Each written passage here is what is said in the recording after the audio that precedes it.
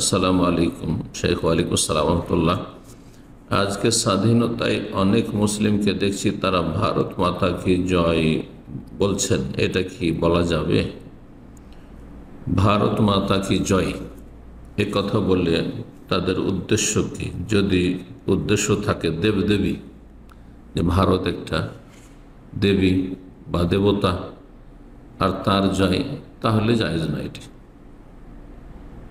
কিন্তু আরেকটি অর্থ হচ্ছে ভারত মাতৃভূমি, আর সেই দেশের নাগরিক কোনো ব্যক্তি সে বলছে যে আমার মাতৃভূমি বিজয়ী হোক, হ্যাঁ ভারত মাতৃভূমির জয়।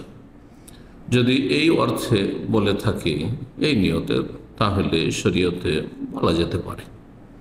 বিশেষ করে বর্তমান পরিস্থিতিতে মুসলিমরা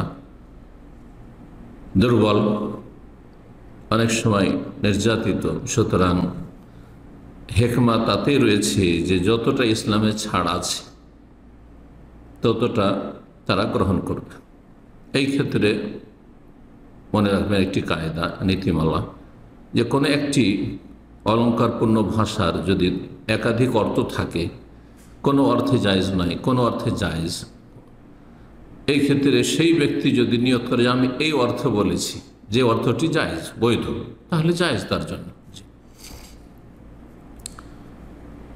আর এটা সাধারণত কবিতাতে অনেক বেশি হয়ে থাকে। কবিতাতে অলঙ্কারপূর্ণ ভাষায় একটি কথার কয়েকটি অর্থ নেওয়া যেতে পারে। উদ্দেশ্য সে কি করেছে, যে উদ্দেশ্যে বলেছে সে উদ্দেশ্যে বলা জায়েজ। জি। এবং নবী করিম সাল্লাল্লাহু আলাইহি ওয়াসাল্লাম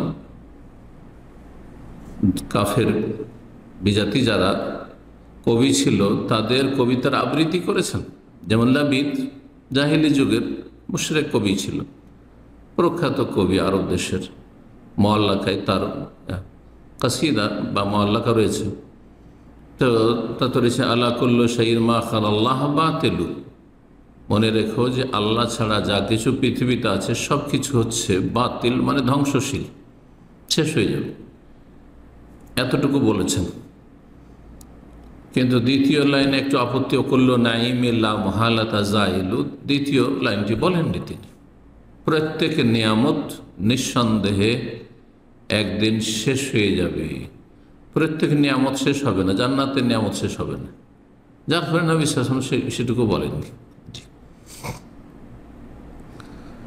এইভাবে আরও বেশ কিছু হাদিসে রয়েছে এরকম, যে যতটা বলা যেতে পারে, যদিও সেটা রচনা করেছে কোনো অমুসলিম, আপনি বলতে পারেন যদি তাতে বৈধ অর্থ নিতে পারেন।